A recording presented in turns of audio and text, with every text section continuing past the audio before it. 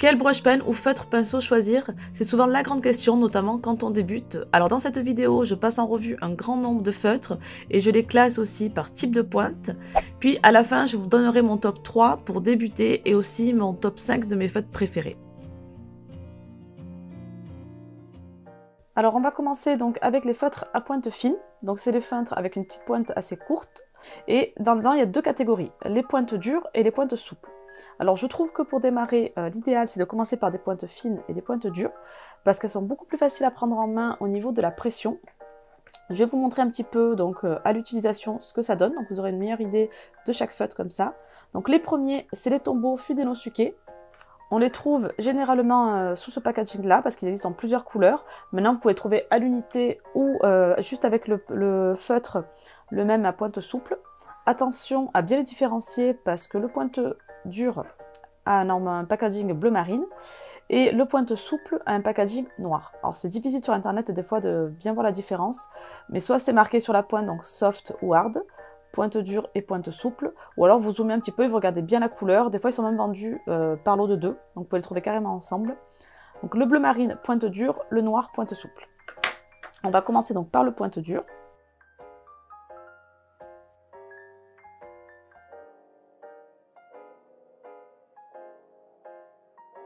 Voilà, les pointes dures ont quand même une bonne résistance, je trouve, quand on appuie dessus, quand on exerce une pression. Donc ça permet de bien contrôler justement les pleins et les déliés, et notamment les déliés qui sont finalement pas les plus faciles, parce que quand on remonte au début, souvent c'est un petit peu tremblant, irrégulier, parce qu'on a du mal à contrôler cette pression légère. C'est plus facile d'appuyer fort dans les pleins que finalement pas assez appuyé dans les déliés. Donc voilà, les pointes dures, je les trouve très bien pour commencer. Ces deuxièmes feutres, c'est des feutres qu'on trouve chez Action. Alors ils n'ont pas forcément de nom, juste brush pen 0,5 mm. C'est une pointe fine mais une pointe assez longue, contrairement au Tombow. Mais vous allez voir qu'en résistance, ils sont quand même, le résultat est finalement assez pointe dure, plutôt le résultat assez rigide. Donc voilà, je vais vous montrer le résultat.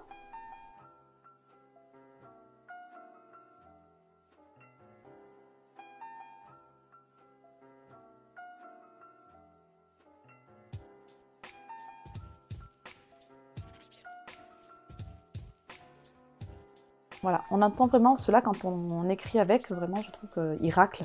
On entend vraiment le raclement qu'on peut entendre avec les brush pens ou la calligraphie en règle générale. Cela, vraiment la pointe voilà, est assez rigide. Donc là, on a vu les pointes dures. Maintenant, on va voir les pointes souples. Donc on reprend celui dont je vous ai parlé tout à l'heure, le Tombow Fudenosuke, mais cette fois-ci donc avec un emballage noir. Ici, la pointe va avoir beaucoup moins de résistance donc quand on va écrire, notamment dans les déliés ou dans les pleins.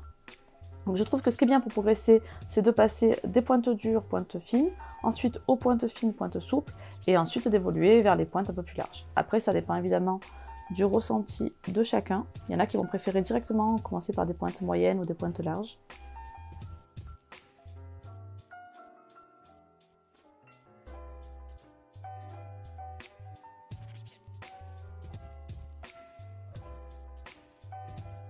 Ensuite, toujours donc dans les pointes fines mais pointes souples, on a les Pentel Touch. Alors ceux-là, le packaging est très similaire à un autre Pentel, avec cette fois-ci par contre attention avec des pointes rigides, donc comme pour des feutres classiques, pas des feutres donc avec une pointe pinceau. Pour bien les reconnaître, parce que sachant qu'en plus on les commande généralement sur internet, vous zoomez un petit peu, vous verrez, alors soit c'est marqué évidemment dans la description, mais si vous avez un doute, vous zoomez un petit peu sur l'écran et vous verrez qu'ils ont un packaging en fait avec des paillettes. Voilà, les autres ne sont pas pailletés, donc pour un petit peu être sûr de les repérer, voilà, n'hésitez pas à zoomer sur l'emballage.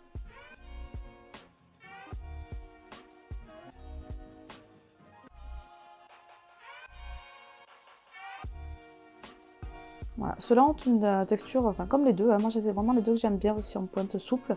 Ils sont vraiment très agréables en fait quand on écrit.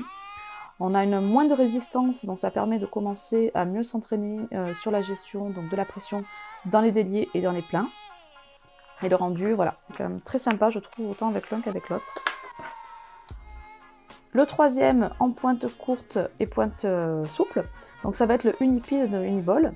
Alors je suis pas, mais à vérifier, il faudrait que je vérifie là au moment de la vidéo, je ne l'ai pas vérifié encore, s'il existe en plusieurs couleurs. Voilà, je sais que ceux-là, je l'ai trouvé donc avec le paquet où il y a plusieurs feutres du type Fineliner. Ça c'est les pointes plutôt pour le dessin. Donc il y avait celui-là qui était inclus aussi, le brush, À vérifier maintenant s'ils le font en couleur, je ne suis pas sûre.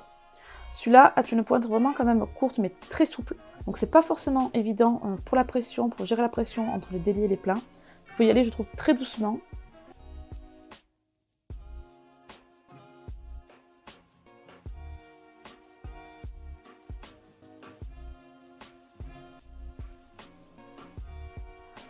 Voilà, je trouve celui-là que voilà, c'est pas le plus évident à prendre en main. L'encre est sympa parce que voilà, ça reste de l'unipine, donc avec une encre vraiment très pigmentée, très noire. Non, c'est pas le plus facile à prendre en main. Voilà, mais une fois qu'après voilà, qu'on arrive à le gérer, par contre, le résultat est quand même très sympa. Voilà, donc 5 types de feutres donc en pointe fine, 2 en pointe dure et 3 en pointe souple. Si vous débutez, je vous conseille de commencer par une pointe dure, ensuite par une pointe souple. Voilà, les actions évidemment, c'est des premiers prix, donc c'est pas mal pour commencer. Maintenant, c'est pas non plus le top qualité, mais vraiment voilà, pour se lancer, c'est pas mal du tout. Les tombeaux Fudenosuke, pardon, c'est vraiment voilà, une super qualité. Sachant qu'en plus, vous pouvez trouver donc des emballages avec les deux compris dedans, donc c'est pas mal du tout pour débuter. Et ensuite, donc, de passer dans un second temps aux pointes souples. Alors, on passe maintenant aux feutres à pointe large. Vous allez voir qu'on peut les séparer en 2 catégories, mais qui s'approchent quand même pas mal. Voilà, c'est selon la taille. On va dire qu'il y a les feutres donc à pointe moyenne et les feutres à pointe large. Parce que voilà, entre une pointe, vous allez voir comme celui-là, et une pointe comme celui-là, vous verrez que la différence est quand même assez importante. Donc on va dire qu'il y a 2 grandes catégories, les feutres à pointe fine et les feutres à pointe large. Et que les pointes larges, on peut à la limite un petit peu les diviser en pointe moyenne et pointe large. Donc j'ai essayé de vous classer, moi, tout ce que j'ai pour vous montrer. Alors évidemment, il en existe d'autres. Mais j'ai essayé de vous montrer voilà, ce que j'ai pour vous montrer un petit peu donc, le résultat que vous pouvez donc, obtenir. Les premiers, alors c'est pas vraiment des brush pens, on est d'accord, puisque ce sont des Crayola Super Tips. Alors je les ai présentés d'ailleurs dans une vidéo où vous pouvez donc calligraphier sans brush pen, parce que ce ne sont pas des brush pens, ce ne sont pas une feutre à pointe pinceau. Mais je vous les ai quand même mis ici, puisqu'on peut les utiliser, avoir un résultat quand même très similaire. Par contre, on va être vraiment dans la première largeur, vraiment la première taille, donc des feutres à pointe moyenne. Ici, on est obligé donc de jouer avec l'inclinaison, puisqu'on a une forme conique sur cette pointe, qui va nous permettre justement d'avoir donc des traits fins, des déliés avec la pointe ici qu'on voit au bout, et ensuite d'avoir des pleins, donc des vraiment très épais, quand on utilise le côté du cône.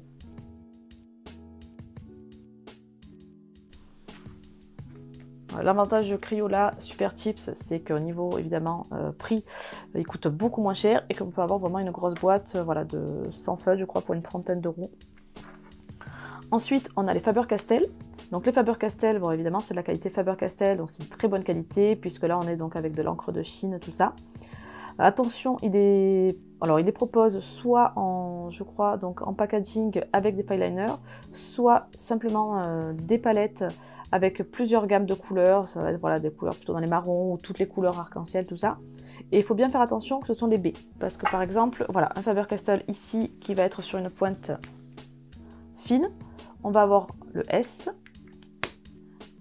et ici donc avec une pointe pinceau, c'est le B. Et vous voyez que le packaging est vraiment voilà, exactement le même, sauf la lettre ici, donc bien faire attention quand on les commande. Alors le problème c'est que moi j'en ai pas beaucoup des Faber-Castell, j'ai un noir, un gris, bon et un rouge, et qui ont été très utilisés, donc j'ai la pointe qui est en chou-fleur. Donc ça va pas forcément être très représentatif sur le rendu, je vais essayer de faire au mieux.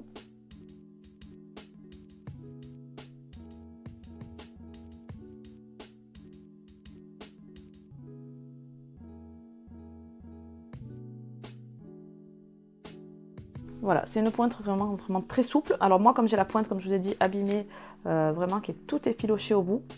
C'est pas évident parce que du coup, sur les déliés, j'arrive beaucoup moins à doser. Mais je pense que voilà, avec une pointe en bon état, on a un résultat beaucoup plus joli sur les déliés, beaucoup plus fin.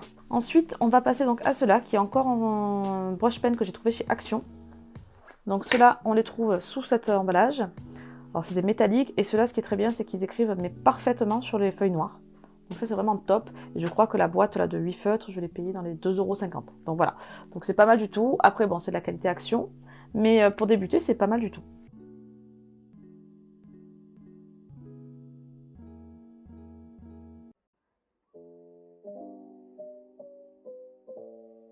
Voilà, on est vraiment sur un rendu effet un petit peu métallisé, qu'on voit ici. Voilà. Alors c'est pareil, moi ils sont un petit peu abîmés parce que ceux-là, j'ai donné l'autorisation à mes filles de jouer parce que voilà, avec, de tester avec, parce que voilà. Au niveau qualité-prix, ça me fait moins peur que si elles utilisent des feutres qui coûtent quand même très cher. Donc voilà, pour leur apprendre, je leur apprends donc avec ceux-là. Ils sont pas mal du tout. Ensuite, toujours dans un petit peu dans le même style que les Unipin et les Faber-Castell, on a les Sakura, donc les Pigma Brush. Ceux-là c'est pareil, c'est une super qualité parce que voilà, c'est de l'encre de Chine, tout ça. On les retrouve, soit on retrouve que celui-là donc tout seul dans un pack avec donc des fine liners avec plusieurs tailles, et celui-là qui en plus qui vous permet donc de compléter vos dessins donc avec un petit peu de brush pen. Je les trouve pas forcément très évidents à utiliser au début. La première fois, j'avais été très déçue parce que voilà, j'avais du mal à l'utiliser. C'était vraiment, la pointe est vraiment très souple. Mais voilà, une fois qu'on les prend en main, donc ils sont pas mal du tout aussi.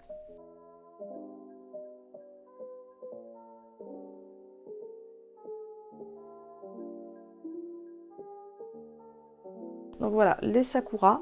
On est sur un noir vraiment bien profond puisqu'on est avec de l'encre de Chine. Et le dernier, donc dans les feutres à pointe moyenne, c'est le Stabilo.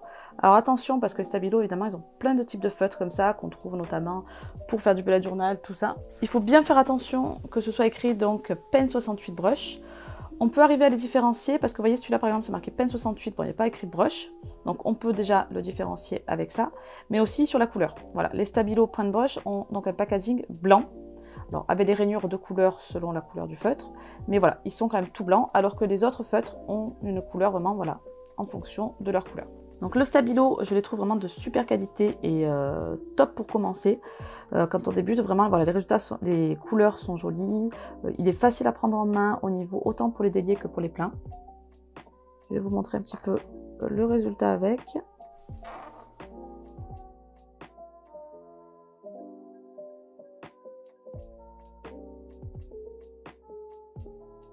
Voilà, alors c'est vrai que bon, ceux du dessus, c'est pas forcément évident, comme je vous ai dit, c'est pas très représentatif parce qu'ils ont un petit peu effiloché, le Sakura aussi, bon, ça me permet aussi de me dire qu'il faut que je fasse un tri dans mes feutres quand même. Voilà, donc c'est vrai que, j'en profite pour vous dire d'ailleurs que à vérifier, donc voilà, pas faire comme moi, garder forcément trop les feutres usagés. Quand ils sont un petit peu effilochés au bout, qu'ils ont un petit peu la pointe en chou-fleur, ou qu'on voit un petit peu que la pointe fait des petites fibres qui partent sur le côté, voilà, c'est que le feutre, généralement, il est au bout de sa vie. Donc on peut le mettre au recyclage. Voilà, le Stabilo, on voit quand même ici qui se démarque, je trouve quand même pas mal au niveau du rendu, de la couleur qui est quand même assez éclatante, et comme je vous dis, je trouve qu'il est facile à prendre en main. Donc spoil alert, il risque dans le top 3. Et enfin, donc la dernière catégorie qui va être donc les feutres à pointe large. Donc encore une fois, j'ai essayé de vous les classer un maximum. Alors il y en a qui sont très similaires, mais voilà, grosso modo, j'ai essayé de vous les classer donc en fonction du résultat obtenu, donc de la largeur du trait. Donc ici, on a les Edding 1340 Brush Pen. Ceux-là, pareil, je le trouve qu'ils sont vraiment très bien aussi pour débuter. Je les utilise pas assez souvent, je pense pas forcément. C'est vrai que voilà, je trouve que les couleurs sont jolies. Alors des fois, je trouve un petit peu clair les couleurs, pas assez forcément riche en pigments. Mais voilà, le résultat est quand même très joli et la pointe est assez facile à prendre en main, je trouve.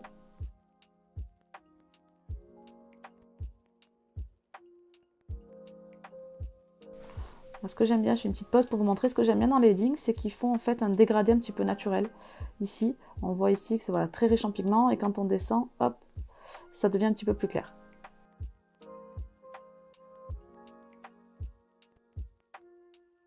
Ensuite, un feutre que j'aime beaucoup aussi, c'est les Kwa de... Alors c'est toujours la même comme tout à l'heure, c'est les Sakura aussi. On les trouve donc à packaging souvent par thème. Donc on va avoir par exemple le thème Galaxy, le thème Green, tout ça. Voilà, donc ceux-là je les trouve vraiment très agréables aussi pour commencer. Pour apprendre en main, ils sont quand même très faciles. La pointe paraît assez large comme ça ici, quand on la voit, c'est un petit peu impressionnante. Mais vous allez voir qu'elle est assez facile à prendre en main.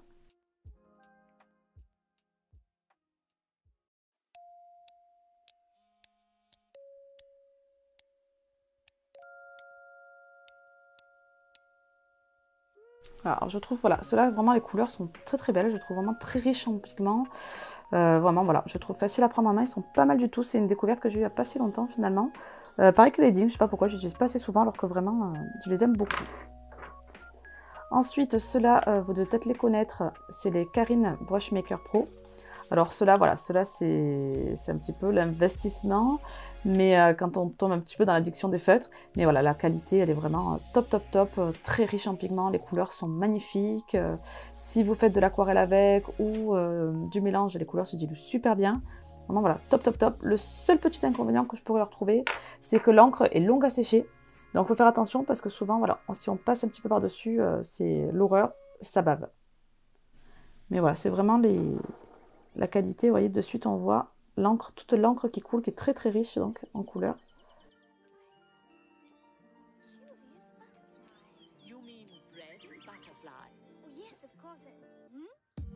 Voilà, donc là, si vous arrivez à le voir un petit peu sur la vidéo, c'est qu'en fait on voit ici que l'encre est vraiment encore très très humide. Donc c'est là qu'il va falloir faire attention. Si vous faites un petit peu de lettrage, des ombres, tout ça, il faut vraiment attendre que ça sèche bien. Parce que voilà, c'est très rapidement la cata avec cela. Mais par contre, on obtient des choses qui sont très très jolies.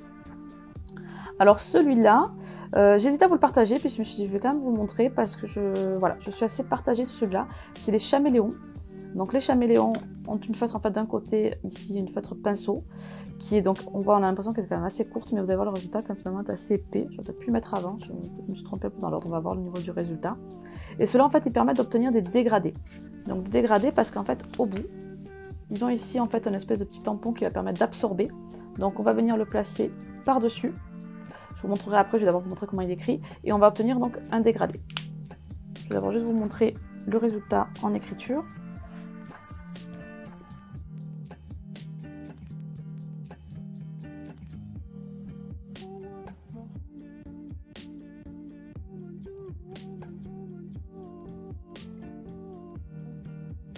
Voilà, je vais vous montrer un petit peu le type de dégradé qu'on peut obtenir avec.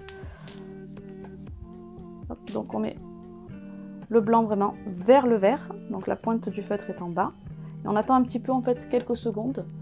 On va essayer de vous montrer un petit peu comme ça. Voilà. On va ici en fait, vous allez voir que l'encre est un petit peu absorbée et c'est ce qui va permettre en fait d'avoir un dégradé derrière. Je vous le fais un petit peu ici. Et voilà, on peut donc arriver à faire un dégradé comme ça.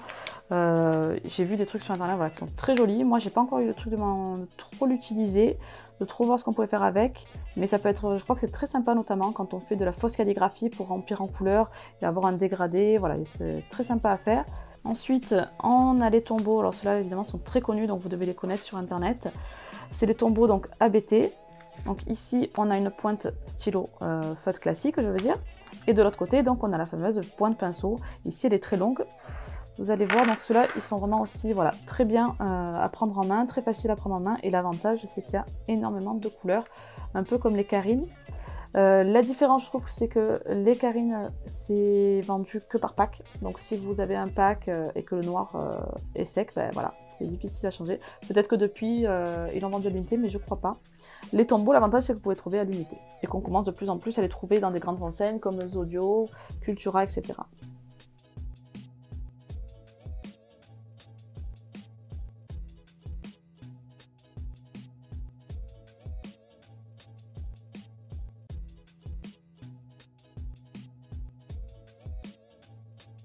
Les tombeaux. Ensuite, on a les Winsor & Newton. Alors les Winsor & Newton, je trouve qu'ils ont une très très très jolie couleur aussi. Voilà. Ensuite, on passe donc au Winsor & Newton. Alors Winsor & Newton, je trouve que voilà, ce sont de super feutres à utiliser. Ils sont notamment, voilà, ils ont aussi donc une pointe courte comme les ABT Dual Brush. Ils ont aussi donc une pointe pinceau qui vous allez voir quand même assez large. Et les couleurs sont très très jolies. Donc, je vous mets ici. Alors je vais pas tout écrire Winsor & Newton, je vais vous écrire que Winsor. Mais on retrouve ici le même principe avec une encre qui est très liquide, qui coule et donc en fait qui est très très riche. Vraiment, on obtient de jolies couleurs. Voilà. On voit ici qu'on arrive vraiment sur des pointes quand même de plus en plus larges. Le Winsor donc très riche en couleurs comme le pigment, comme le Carine je veux dire, voilà, donc avec des pigments vraiment très très prononcés. Maintenant encore une fois le petit inconvénient c'est que voilà, ils sont pas forcément évidents à prendre en main au début parce qu'ils ont tendance à baver selon comment on les utilise et qu'il faut faire attention le moindre la petite main qui passe et hop, tant qu'ils sont pas secs c'est compliqué. Et en fait donc le dernier pour ce test, j'ai les doigts qui sont pleins de couleurs de feutre. C'est donc le brush pen de Ecoline. Alors ça, ce que j'aime bien, ça te marque, c'est qu'il est présent en fait sous forme de packaging par thème des fois. Donc par exemple l'automne, tout ça. Donc c'est vraiment sympa, voilà, selon ce qu'on veut faire. Là à pointe, vous allez voir qu'on a un résultat quand même qui est très large. Donc ça va être plus pour des cartes, des titres, tout ça. Ce que j'aime beaucoup, ça, vous allez voir, c'est qu'en fait ils font en dégradé naturellement. C'est souvent aussi des feutres qui sont riches donc en pigments.